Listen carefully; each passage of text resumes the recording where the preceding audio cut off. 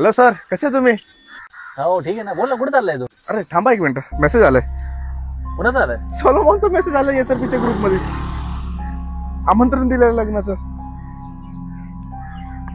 File पाठवली वरतून तरी. कुणी सोलेमन? हा, ग्रुप मध्ये एपीके फाईल. लग्नाची? हा, थांबा बघतो ओपन करून. ए थांब थांब थांब थांब. काय झालं? इथं दाखव मोबाईल.